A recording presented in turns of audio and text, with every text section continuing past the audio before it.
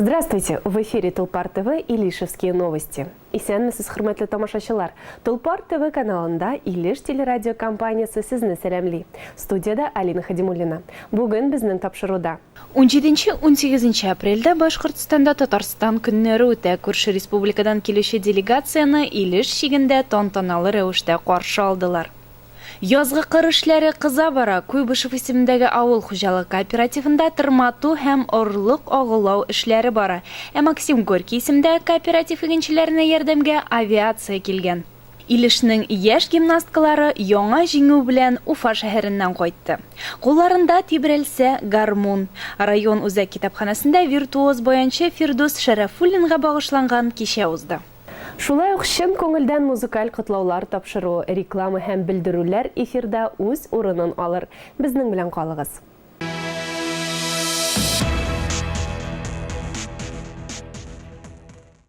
Сызылып ата таң, иртән иртүк илешлеләр Татарстан һәм Башкортстан шигендә милли көйләр, җыр-моң яңгырата.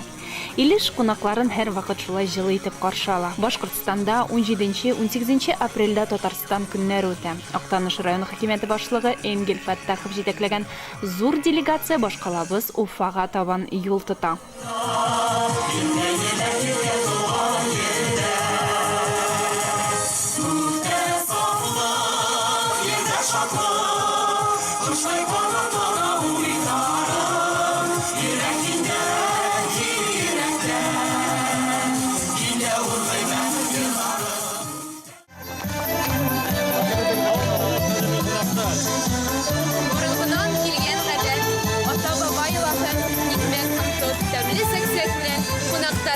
Каршы алаһы.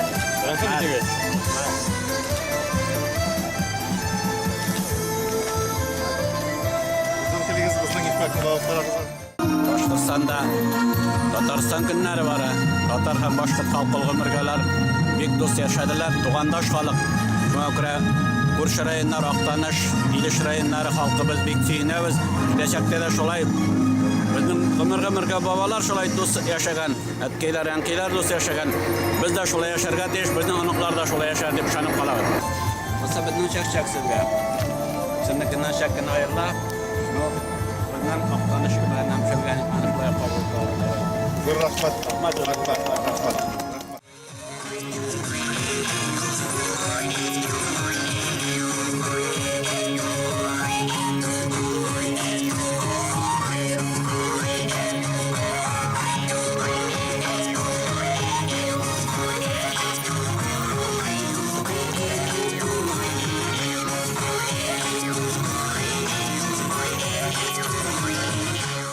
Күрше республикалар арасындагы мөнәсәбәтләрне ныгыту максатында үткән әлеге чара кысаларында концертлар, күргәзмәләр, түгәрәк өстәлләр, спорт ярышлары һәм бизнес форум оештырыла.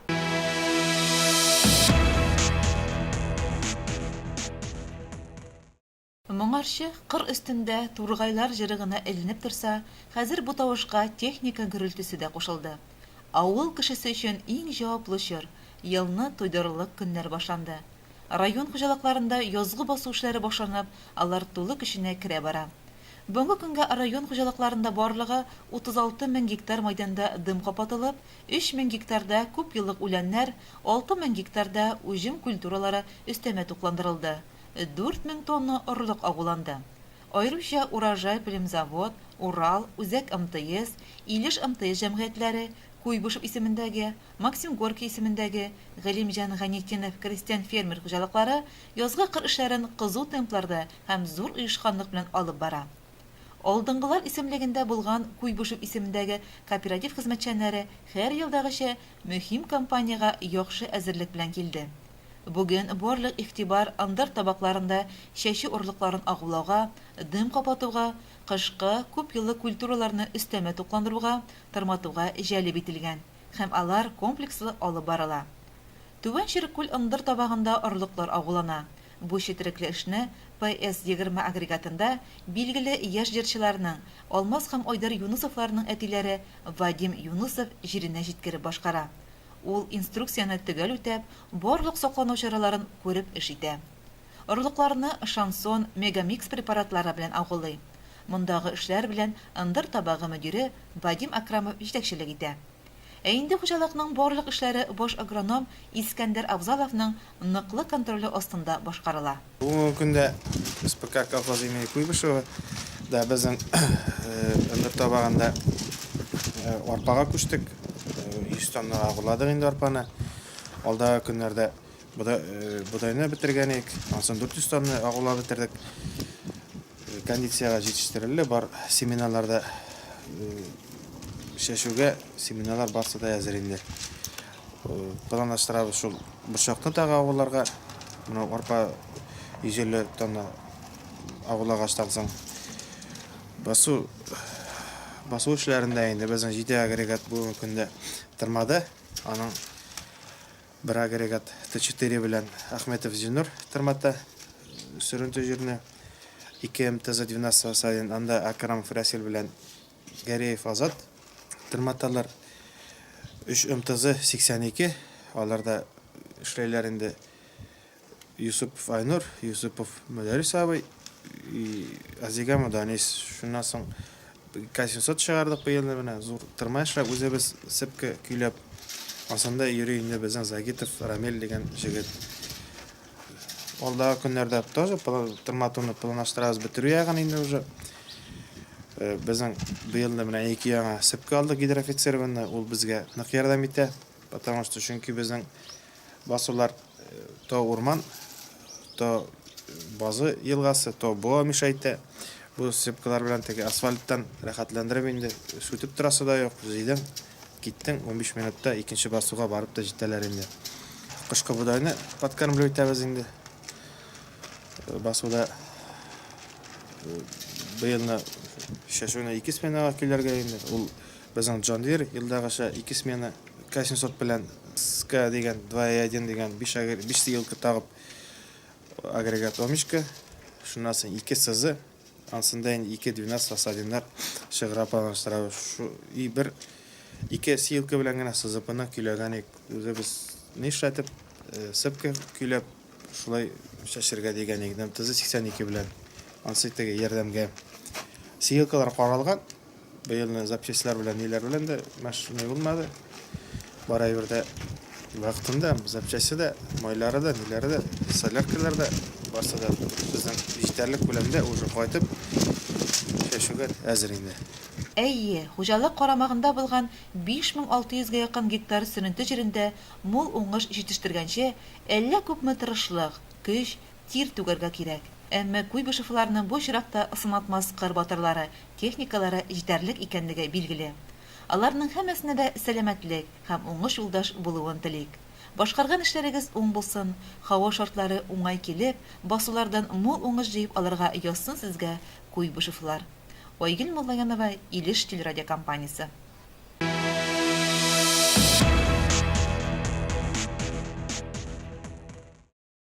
Илеш кырларында инде ой башыннан ук дәртле итеп трактор тавышы яңгырый. Максим Горький исемендәге авыл хуҗалыгы кооперативында аларга кушылып бу көннәрдә самолет та гөрелди.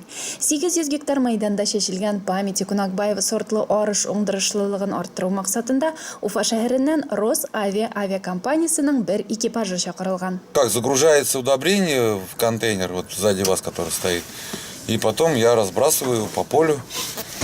С нормой 100, то есть 100 килограмм на 1 гектар. Вот, все. Вот пока сделал, вот за сегодня я уже 130 гектар закрыл. Вот осталось еще до вечера, поработаю. Гектар 250, может, закрою, все будет хорошо.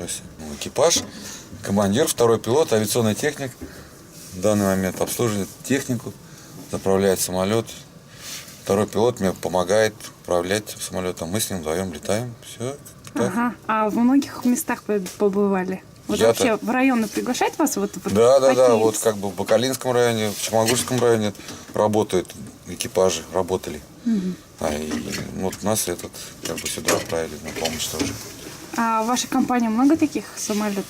Ну да, есть самолеты. 8 самолетов. Ну он только с завода, он новый как бы. Вот. Предназначен для авиахимработ, для фотосъемки в данный момент оборудован для авиахимработы. У нас много многосторонняя такая организация, она многими вещами занимается. Или с охраной, и вот аэрофотосъемкой занимается, и химией, и патрулированием, перевозкой. Вот, санитарные задания выполняет по Башкирии. Так что у нас как бы работа летом очень широкий спектр. Самолет уникален, универсален, поэтому очень широкий спектр. Өстәмә тукландыру эше самолет белән бик тиз башкарыла, дип белдерә Горькилылар. 5 минут эчендә ул басудан бар ашламаны сибеп кире яланга кайтып та җитә. Монда инде Сингрән бригадасының җитез егетләре Вильнюс Шафигуллин, Илгиз Галиев, Илгиз Хузин самолетны тиз арада хезмәтләндереп, бункерын тутырып тагы басуга табан узаталар. Аларга ярдәмгә Башкорт аграр технологик колледжыннан килгән практикантлар Илгиз Шафигуллин белән Айбулат Бакиров та өлгерлектә үзен сынатмый. Ашламаны автокран белән самолетка кадәр күтәрүне шәхси эшкуар Рифкат Сәлимов оештырып тора, басуга кадәр карбамидны ташу Халил Янгировка тапшырылган.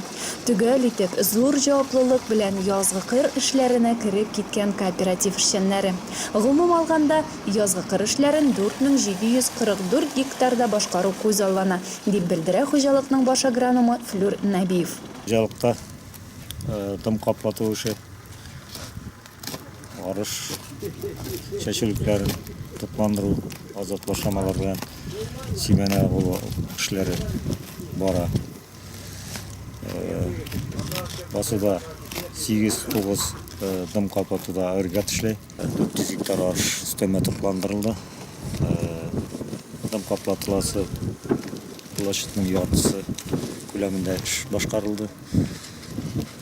Погода үзгәрмәсә, 4 көннән дым каплату, 1-2 көннән шушы ашлама көтү эшләре төгәлләнәчәк һәм тулы әзерлек белән чәчү эшләре башланачак. Чәчергә безнең бөтен агрегатлар әзерләп куелган, тракторлар төзек, ГСМ бар, ашлама шушы көннәрдә кайтып бетәчәк. Иркен кырларда җиң сызганып эшләр чак җитте. Киләсе елда икмәкле булуыбыз шушы көннәрдә хәл ителә. Шуның өчен дә шагыйрь әйтмешли, яңгыр да вакытында явып, җил дә вакытында иссен генә безнең игенчеләребезгә. Алина Хадимуллина, Илеш телерадиокомпаниясе.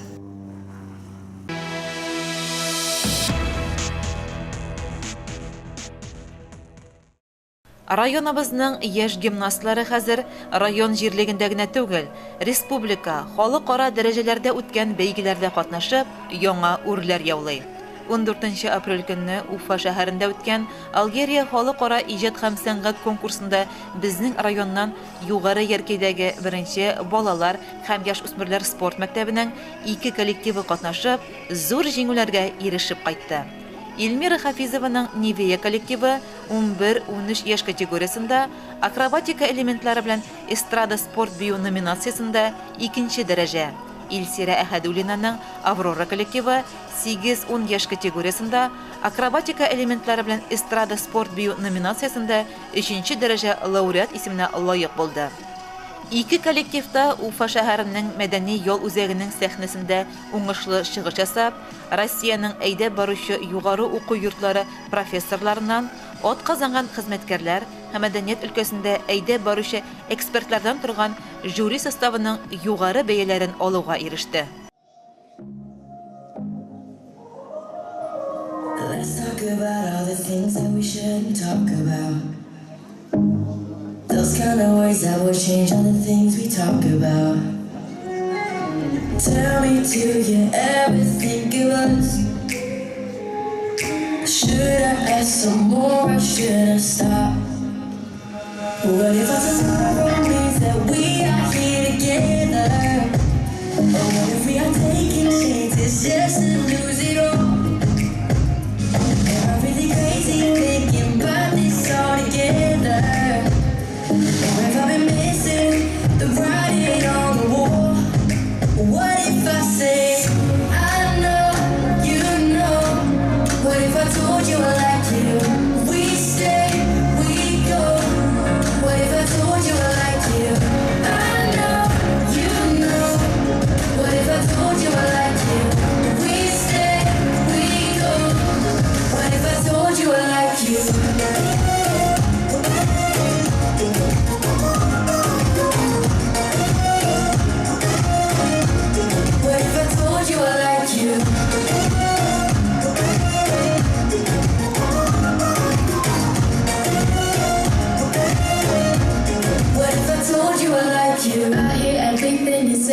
say about us. It's not about right or wrong, it's about what we love. Would it be simple or would it be too complicated? Should I keep going or maybe it's better to stop? What if our tomorrow means that we are here together? Or what if we are taking chances just to lose it all? Am I really crazy thinking about this all together? Or have I been missing the writing on the wall? What if I say, I know, you know? What if I told you I liked you? We stay, we go. What if I told you I liked you? I know, you know. What if I told you I liked you? We stay, we go. What if I told you I liked you?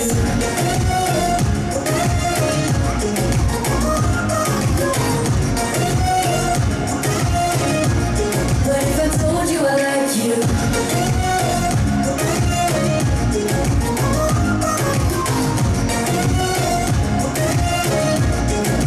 What if I say, I know, you know? What if I told you I liked you? We stay, we go. What if I told you I liked you? I know, you know. What if I told you I liked you? We stay, we go. Уңышлар артында әлбәттә тренерларның осталыгы, ә яшь гимнаст кызларының күп санлы тренировкалары, ата-аналарның тырышлыгы ята. Мин спорт мәктәбендә 3 ел гимнастика түгәрәге алып барам. Һәр вакытта шушындай матур конкурсларда участвовать итәбез. Әле бүген инде без шушындай матур бәйрәмдә катнаштык. Алегрия дигән 2нче урын яуладык. Алла бирсә, алда көннәрдә дә шушылай гел призлы урыннар гына алырбыз дип өметләнәбез. Таланты Башкортстанда 2 тапкыр участвовать иттек. Һәм Алла бирсә, алда көндә дә гел урыннар гына яуларбыз дибез. Октябрьскийга барып кайттык. Октябрьскийда да призовой урыннар алдык. Балалар бик тырышалар. Аларның да бүгенге көндә бик улы заслуга. Шуңа инде зур итеп рәхмәт әйтәсем килә родительләргә, һәр вакыт шулай ярдәм итәләр. Айда Римушка. Шуңа бөтенсә дә зур итеп рәхмәт. 16 апрель көнне югары Яркәйдәге 1нче балалар һәм яшь-үсмерләр спорт мәктәбендә лауреатларны бүләкләү тантанасы оештырылды. Чарага төп кунаклар итеп ата-аналар чакырылган иде. Бүләкләү башында залдагыларны яшь гимнастлар үзләренең чыгышлары белән сөендерде. Аларның бәйгедә катнашкан номерларын күрсәтте.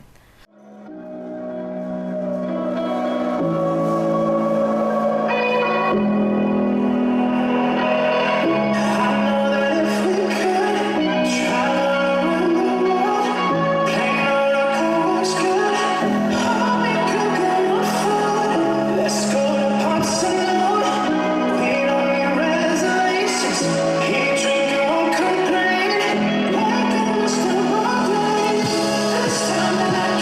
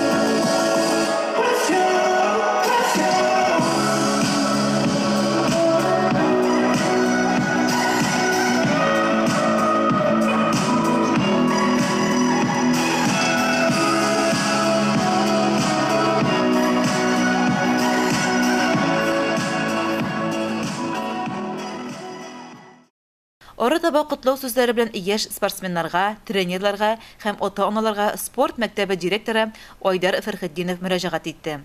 Безнең районда спорт гимнастика үсешенә зур өлеш керткәннәре өчен, мәктәп данын югары дәрәҗәдә тотулары өчен рәхмәт сүзләрен җиткерде һәм һәр гимнастканы диплом һәм медаль белән бүләкләде. Залда утыручы һәр ата-ана үзенең баласы өчен сөенеп, рәхмәт әйтеп утырды. 4 апрель көнне безнең балалар республикабызның баш каласы Уфага барып, бик зур международный конкурста гимнастика буенча ярышка барып кайттылар. Алар призлы урыннарга лайык булып, бик уңышлы чыгыш ясап, бик матур итеп чыгыш ясап кайттылар. Шуның өчен без үзебезнең тренерларыбызга гимнастика буенча бик зур рәхмәтебезне белдерәбез. Бүген без аларны килеп күрдек, үзебездә чыгышларын бик матур итеп биеп күрсәттеләр безгә. Бик теләп, бик сөенеп йөриләр, бик күп нәрсәләргә өйрәнделәр. Шуңа алдагы көннәрендә дә без аларга уңышлар теләйбез. Алдагы көннәрдә дә яшь гимнастларны яңа бәйгеләр, яңа үрләр көтә. 11 май көнне Уфа шәһәрендә үтәчәк конкурста да уңышлы чыгыш ясап, зур җиңүләргә ирешеп кайтуларын теләп калабыз. Киләчәктә яшь гимнастларыбыз арасында Россия чемпионнарында үсеп чыгарына шик юк. Моның өчен районыбызда барлык шартларда мөмкинлекләр дә җитәрлек. Бары тик үз-үзеңә ышанырга һәм куйган максатыңа ирешергә кирәк. Айгөл Муллаянова, Илеш телерадиокомпаниясе.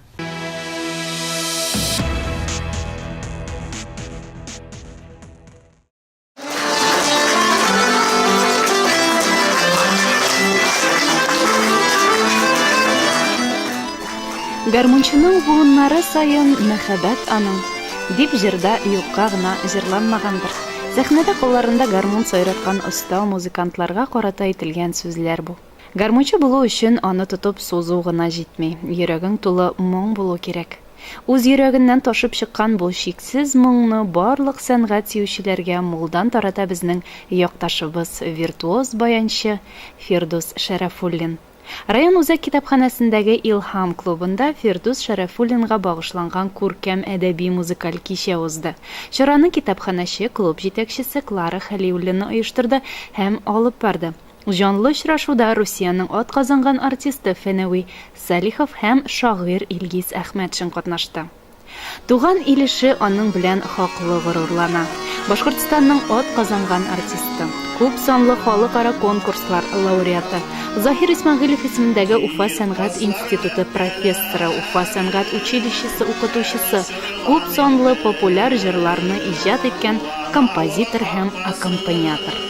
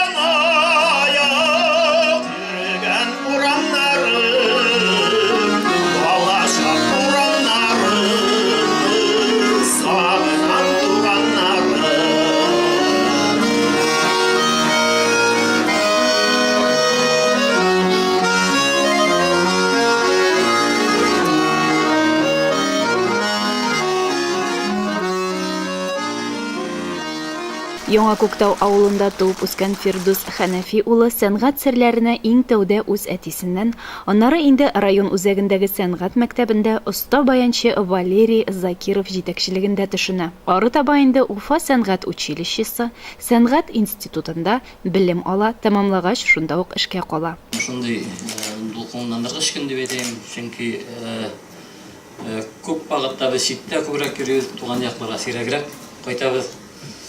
Минең әйтәсе килә инде рахмет туганнарыма, туган авылыма дип әйтәм. Чөнки минем бөтен шу булмышым шу авылдан, шу Яркей урамнарыннан башланды бит инде. Шу мәктәптә 3нче классны биткәч, Яркейгә укырга килдем мин. Шунда музыка мәктәбендә укыдым, Валерий Мирзаевич Закиров классында, ана Карамиш Шарафетдинов ул минем укытучы оркестр классыннан. Алар инде мине шул яхшы музыкант булып тәрбияләделәр, яхшы музыкант булырга өндәделәр бит инде. Шулай ук Тамара Амирхановна укытты безне бит инде. Хәзер аның кызы Алсу безнең институтның проректоры. Шу Яркейгә зур итеп рәхмәт. Шу Яркейдә мин бөтен башлангычым шунда авылда, шу Яркейдә музыка мәктәбендә башланды. Әле дә бит инде менә хәзер инде мин үзем укытучы булгач, шу районнан да үзебезнең районнарда балалар күп укыйлар бит инде. Аларны үземчә мин һәрвакыт ярдәм итеп төрле конкурсларга йөртеп аларны чит илләргә дә чыгабыз. Финляндия, Швеция, Австрияларда булып иттек. Төрле конкурсларда Россия буенча инде елда йөрибез. Шуңа әйтәсе килә, музыкант һөнәре шундый, ул һәрвакытта менә үзе һәрвакытта спортсмен кебек инде. Формада булырга тиеш, һәрвакыт чыгыш ясарга әзер булырга тиеш. Фирдус Шарафуллин республикабызда гына түгел, читтә дә бик яхшы билгеле шәхес. Аның күп санлы җырларын күренекле сәхнә артистлары башкара. Җәмәгате дә билгеле иҗат кешесе, җырчы. Безнең якташыбыз Зилә Мусина. Талантлы гаиләдә 2 кызлары үсеп килә. Кулларында гармун тибрәлсә дип исемләнгән кичәдә Фирдус Хәнәфи улын тәбрикләргә күп санлы кунаклар килгән иде.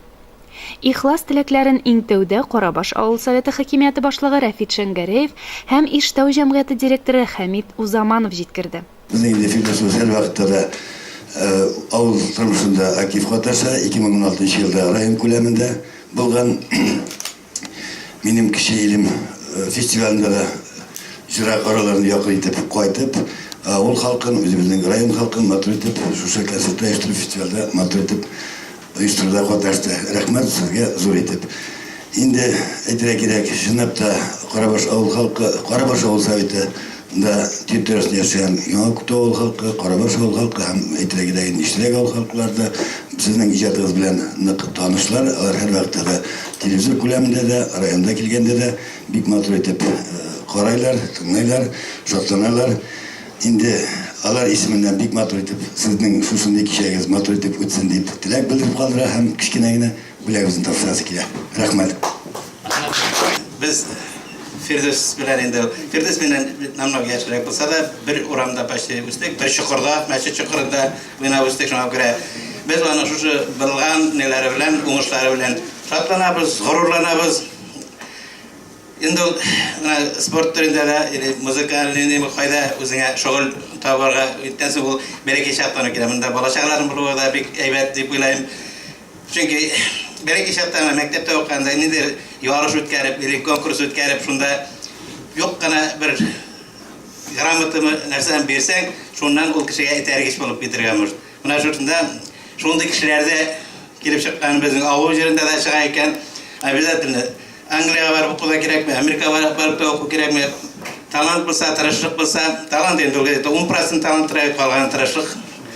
Тырышлык кирәктер инде 90%. Чөнки ул кар яңгырларда да Яркейгә төшеп, баянда уйнау серләренә төшенергә йөргән җегет. Үзенә шундый максат итеп куйган.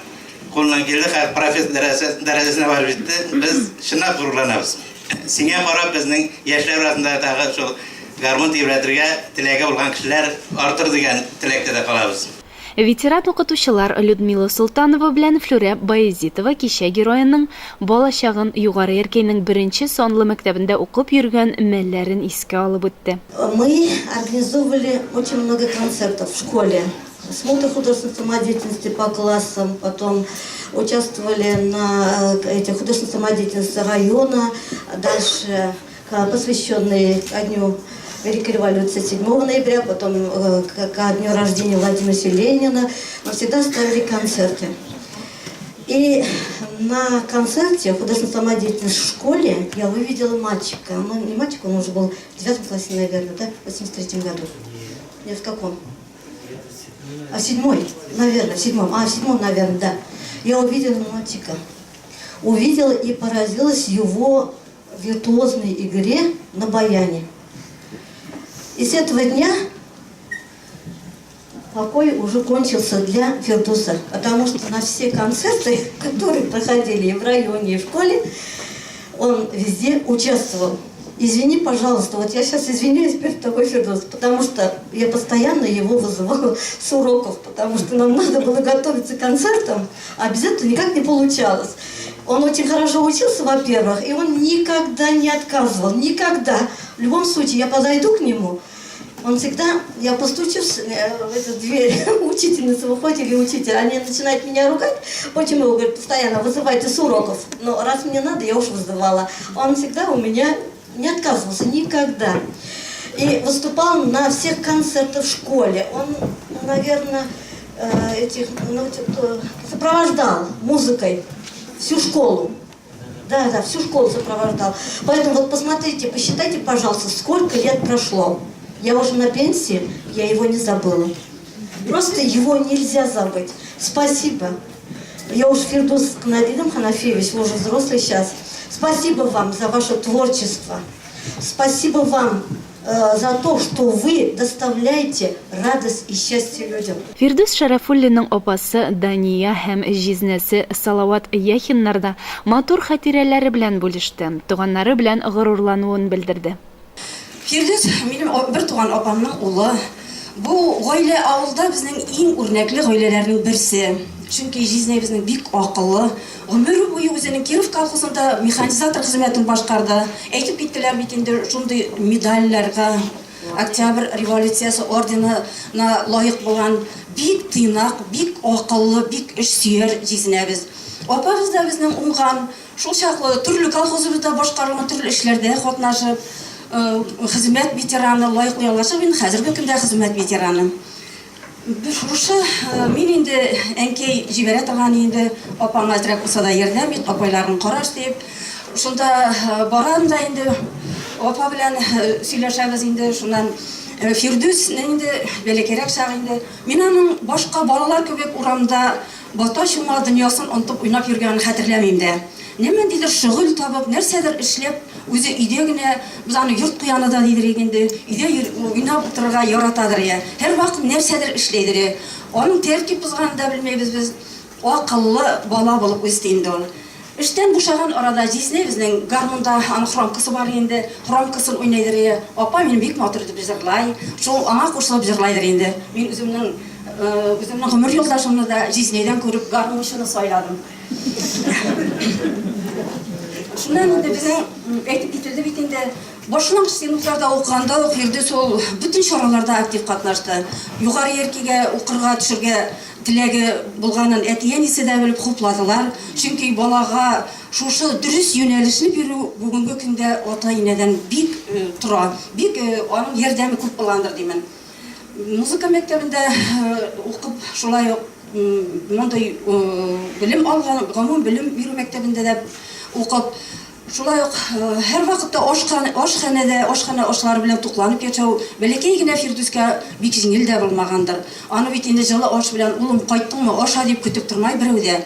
Интернетта инде кай вакытларга суык кына бутка кала, шәйләре дә суык кына була. Шулай булса да Фирдус бер вакытта да зарланмады. Аннан мин укуын ташлап кайтасым килә дигән сүзне ишетмәдек. Чөнки Фирдус ул үзе былай да бик тыйнаклыгы җизнәдән булса, шаян сүзле, җыр телле, көләргә яратучы Фирдус апа ягыннан.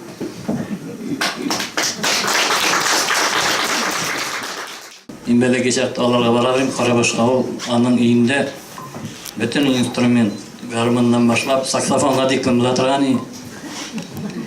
Ул инструментларда күп инструментларда уйнады. Иң яратканың баян инде. Ул Дания апаны җырлата торган иген. Аңа карап мин дә гармонда өйрәндем. Хәзер бергә уйнayык ди.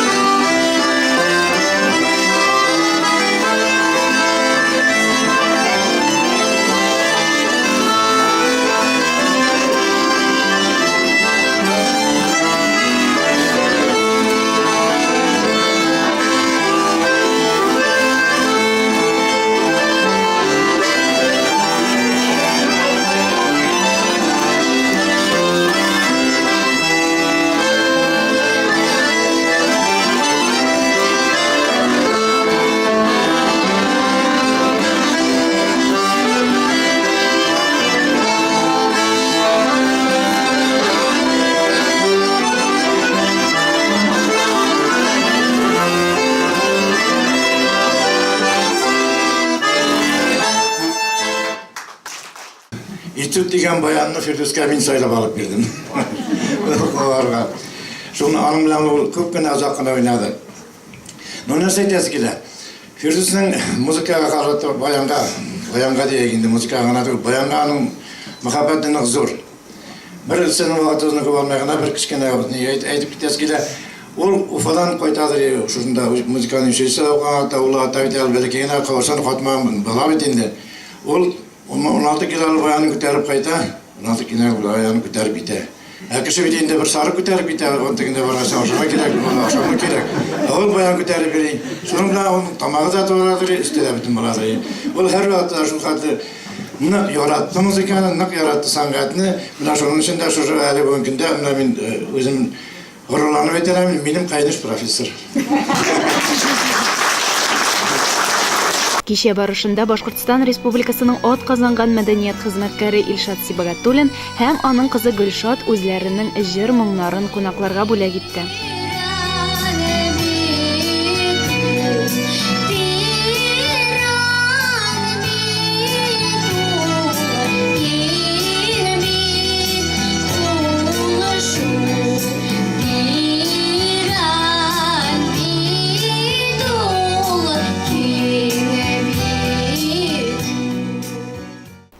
Киләчәк буыннарга милли моңнарны, милли мәдәният бизәкләрен тапшыруга гомерен багышлаган күренекле баянчы өчен район балалар сәнгать мәктәбе яшь гармунчылары әзерләгән музыкаль күчтәнәч бигрәк тә кадерле бүләк булып яңгырады.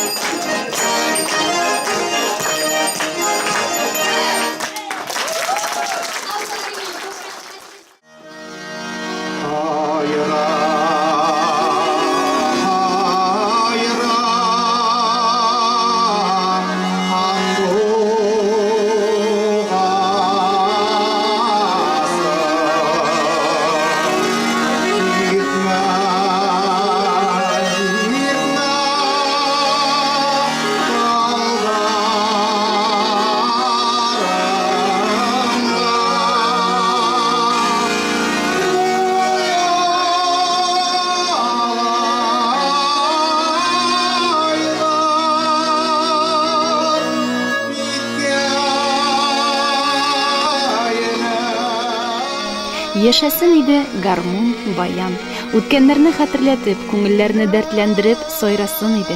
Ә инде милли моңнарны, милли көйләрне саклау, яшь буыннарга җиткерү нәкъ менә Фирдус Шәрәфуллин кебек баянга мөкиббән киткән кешеләр кулында.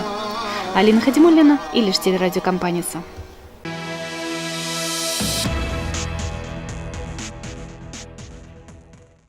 Уважаемые жители Республики Башкортостан, с января текущего года в России осуществляется переход на цифровое вещание. В Башкирии день отключения аналогового вещания назначен на 3 июня 2019 года. С этого момента просмотр программ будет возможен на телевизорах с установленным встроенным тюнером, либо необходимо адаптировать имеющийся телевизор посредством приобретения цифровой приставки. Правительство Республики Башкортостан приняло постановление, в соответствии с которым пенсионеры, получающие федеральную доплату к пенсии, и малоимущие семьи с детьми, которым выплачиваются детские пособия, могут получить господдержку для приобретения приставки. Данную поддержку жители республики могут получить только один раз и на одну жилую площадь. подать заявление для компенсации расходов на приобретение приставки можно во всех офисах многофункционального центра «Мои документы» нашего региона. Подробную информацию о получателях компенсации и перечню необходимых документов можно уточнить на сайте МФЦ Республики Башкортостан. Уважаемые дамы и господа, кафе «Отдых» приглашает вас отдохнуть от ежедневной суеты. У нас вы можете с блеском провести любое значимое событие вашей жизни. Свадьбы, юбилеи, корпоративы, выпускные вечера, изысканная кухня, уютный интерьер, высокий уровень сервиса. А еще у нас важная новость для молодых пар, которые планируют свадьбу в 2019 году. Впервые кафе «Отдых» проводит розыгрыш «Свадебное путешествие 2019» совместно с турагентством «Колумб». Молодожены, которые проведут свое свадебное торжество в нашем кафе «Отдых» в течение 2019 года, получат уникальную возможность выиграть сертификат на поездку в свадебное путешествие номиналом 80 тысяч рублей. Пара счастливчиков будет определена специальным приложением в конце года. Не упустите свой шанс, ведь, возможно, именно вам улыбнется удача. Наш адрес – село Верхнеаркеево, улица Комсомольская, 16, дробь 7. «Отдых» ждет вас.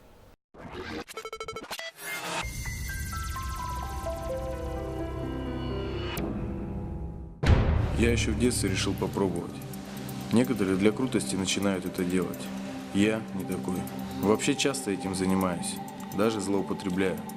Расслабляет хорошо, любой стресс снимает. Настроение поднимается. Теперь это мой стиль жизни, наверное. Бросать? Нет, бросать не могу. Да и, наверное, я не хочу.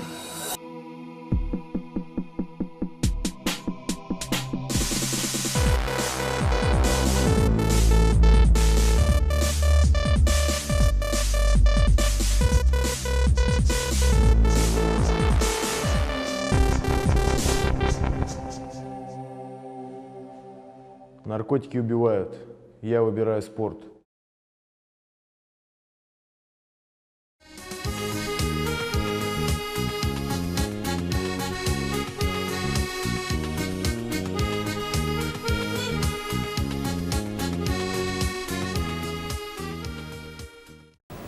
Хәерле сәгатьтә, хөрмәтле Илеш телевидениесын яратып караучы тамашачыларыбыз.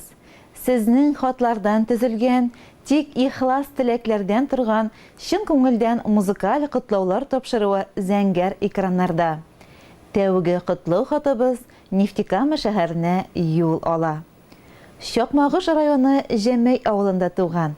Хәзерге вакытта Нефтекама шәһәрендә игелекле гомер кичерүче, кадерле кешебез, яраткан җизнәбез, Флүн Габбас улы Набиуллинны күркәм юбилее, 70 яшь тулы уңайыннан ихлас күңелдән кайнар тәбрик итәбез.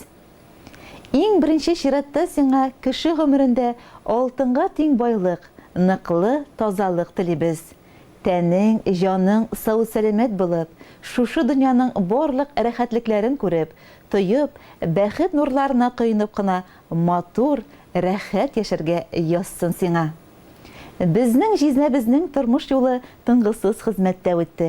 Укуын тамамлау белән Төмән якларына чыгып китә. Арытаба Мегион шәһәрендә, нефть өлкәсендә гомере буе тырыш хезмәтен салды. Күп еллар Славнефть җәмгыятендә участок начальнигы вазифасын башкарды. Хаклы ялга чыгып, Нефтекамага кайтып төпләнде. Җизнәбез, апабыз Асия белән сокланырлык матур гомер кичерәләр. Тиешле тәрбия биреп, яклап, саклап, яратып, бер ул тәрбияләп үстерделәр. Хәзерге вакытта улары Илгиз Мәскәү шәһәрендә яши һәм президент аппаратында эшли. Тормыш иптәше Элина белән кыз һәм ул үстерәләр. Якты күңелле, сабыр хылыклы, ярдәмчел, кешелекле, уңган, булган, якын кешебезгә рух ныклыгы һәм тән сәламәтлеге юлдаш булуын телибез. Балалар, ныклар изгелеген күреп, һәр аткан таңга сөйнәп, апабыз белән бәрәкәтле, тыныч, мул тормышта куанып яшәгез. Күңелең тыныч, барыр юлларың якты булсын. Тагында зуррак юбилейларыңны шулай бергә булып, бердәм булып, күтәренке кәефләр белән, туган тумачалар, якыннар белән имин көннәрдә каршы алырга насыйп булсын. Алдагы гомерең матур җыр кебек күңелле сөенечләргә бай булсын. 70 яшь ул матур гомер. Борчылма син килгән картлыкка. Исәнлекне күбрәк бирсен Ходай, калган гомерең үтсен шатлыкта. Сайламадың юлның такырларын, елга агымына йөзмәдең. Авырлыклар сине куркытмады. Үз юлыңны үзең бизәдең. Тормыш юлларынан атлаганда синең белән көчле булдык без. Бул син һәрчак безнең арабызда иң кадерле, якын кешебез. Ходай сиңа сәламәтлек бирсен, бездән сиңа шушы теләкләр, исән имин яшәүеңне күреп, куансыннар безнең йөрәкләр. Сине яратып һәм хөрмәт итеп, Өлфәт, Гөлфия, балалар, Нәүфәл, Әлфия, Илнар һәм Әлфия. Хөрмәтле Флүн Габбас улы, 70 яшьлек күркәм гомер бәйрәмегез котлы булсын. Якын кешеләрегез һәр вакыт яныгызда булып, якты йөзләре, шатлыклы хәбәрләре белән генә гел шулай сезне сөендереп яшәтсен. Хатта әйтеп бетерелмәгән теләкләр сезгә матур җыр аша барып ирешсен.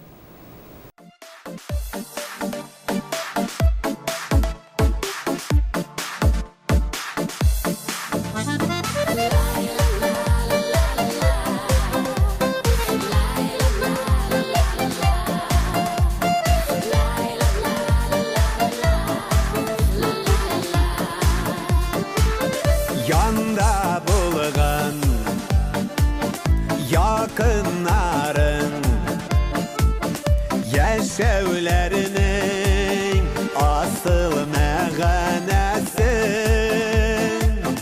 her vakitte yakınlarının şad yüzlerin ile gül küresi durmuşlarının ayaz kügen bəxtlərə kilərlədirəsin Siyən yarın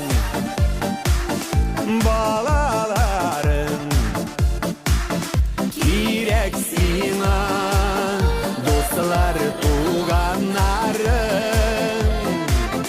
her vakitte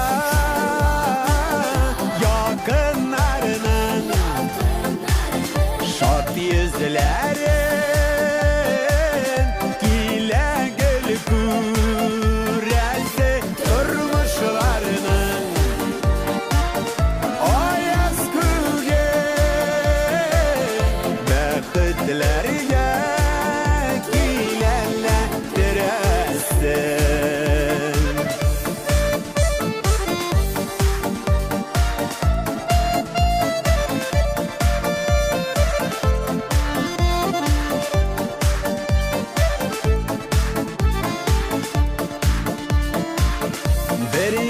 Birge günler yemeli bir tabında aşılar bigrek temeli her vakitte yakınlarının şad yüzlerin ile gül küresi durmuşlarının ayaz kügen bəxtlərə kilərlədirəsin durmuşlarının ayaz kügen bəxtlərə kilərlədirəsin bəxtlərə kilərlədirəsin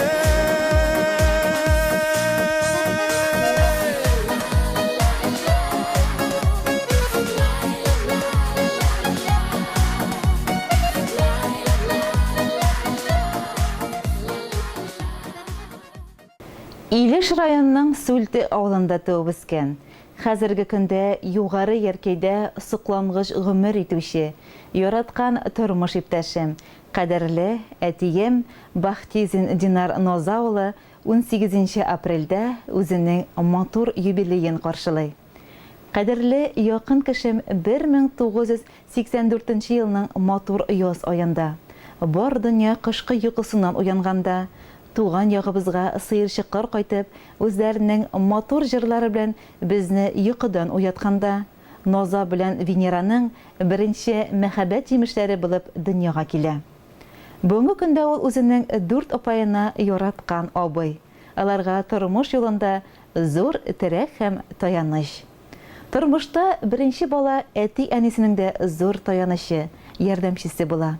Апайларына олы терәк булып, һәр вакыт аларны кайгыртып, бар мәшәкатьләрен үз өстенә алырга тырыша. Кадерлем Сүлте мәктәбендә 9 класс белем алганнан соң укуын Яркәй авыл хуҗалыгы көллиятендә дәвам итә. Аны уңышлы тәмамлап, әтисе белән бергә авыл хуҗалыгына кереп китә. Ул вакытта Ноза Әхнәф улының үзенең фермер хуҗалыгы була. Бергәләп эшне дәвам итәләр. Арытаба авылда сәүдә белән дә булыша башлыйлар. Тынгысыз, үз-үзенә ышаныч яулаган Динар укуын Башкорт кооператив техникумында дәвам итә. Белемен арттыра, сәүдәгәр эшенең бар нечкәлекләренә өйрәнә. 2005 елның декабрь аенда сөеклем белән чәчләрне чәчкә бәйләп, матур туйлар үткәреп, яңа Бахтизиннар гаиләсе корып җибәрдек. Мин Айгөл үзем белгечлегем буенча табиб. Башкорт дәүләт медицина институты тамлаган яшь белгеч булсам да, сөеклем белән сәүдә өлкәсендә сынап карарга булдым һәм дөрес тә эшләдем. Бүген, Аллага шөкер, бергәләп гаилә бизнесын алып барабыз. Эше никадәр тыгыз булса да, Динар Ноза улы белемен арттырып, Башкорт кооператив институтында белем алырга да өлгерә. Бүген күп санлы магазиннарыбыз, Сүлте авылындагы пилмән цехы, икмәк пешерү цехы, отдых кафесы күп халыкның яраткан ял, туган көн, туйлар үткәрү урынына әйләнде. Бүген без районда аякларыбызда нык басып торучы эшмәкәрләрбез. Бер-беребезне тыңлап, уртак уйлар, фикерләр белән эшләп яшибез.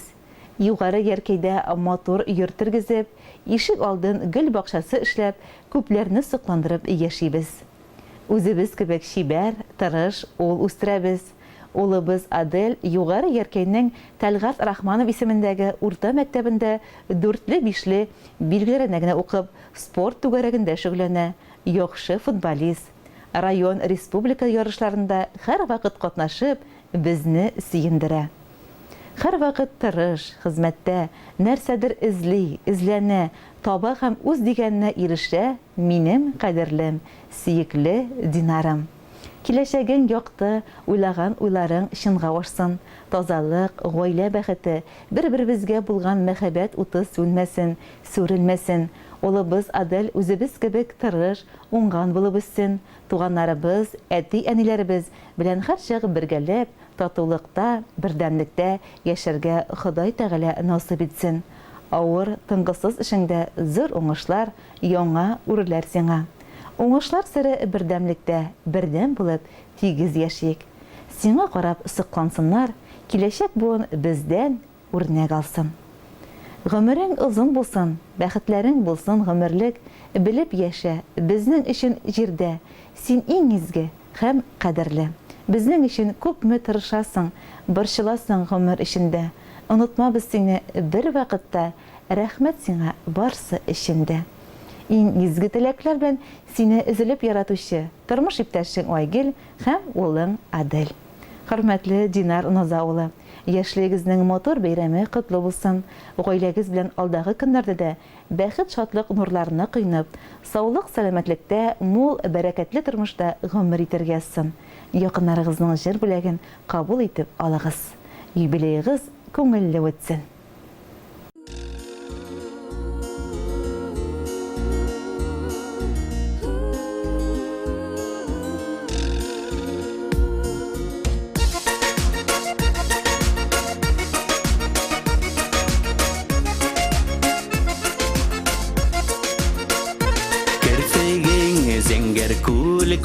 сагышы шешіңні иркәләп тарыймын Қарашың жанымның сагышы Мин аңа табынып карыймын Мин сине күкләрдән эзләдем Син җирдә янымда икәнсең Саф сөю мәхәббәт күгендә Фәрештәм икәнсең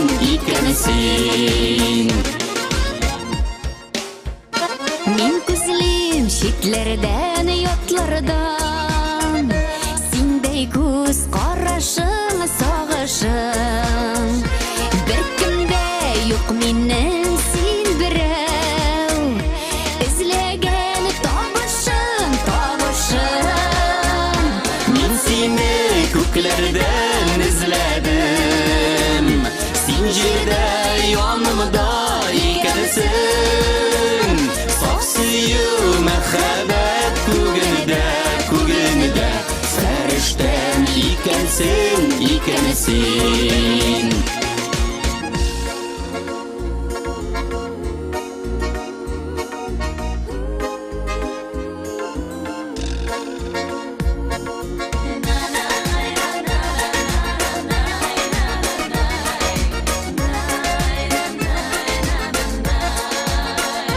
Мин сине гомерем буена Кайыннар юлынан эзләдем Саф сөю мәхәббәт шул юлга Чыгар дип өметтем өзмәдем Мин сине күкләрдән эзләдем Син җирдә янымда икәнсең Саф сөю мәхәббәт күгендә Фәрештәм икәнсең Мин сине күкләрдән эзләдем Син җирдә янымда икәнсең Саф сөю мәхәббәт күгендә Фәрештәм икәнсең Мин сине күкләрдән эзләдем Син җирдә янымда икәнсең Саф сөю мәхәббәт күгендә Фәрештәм икәнсең Фәрештәм икәнсең Фәрештәм икәнсең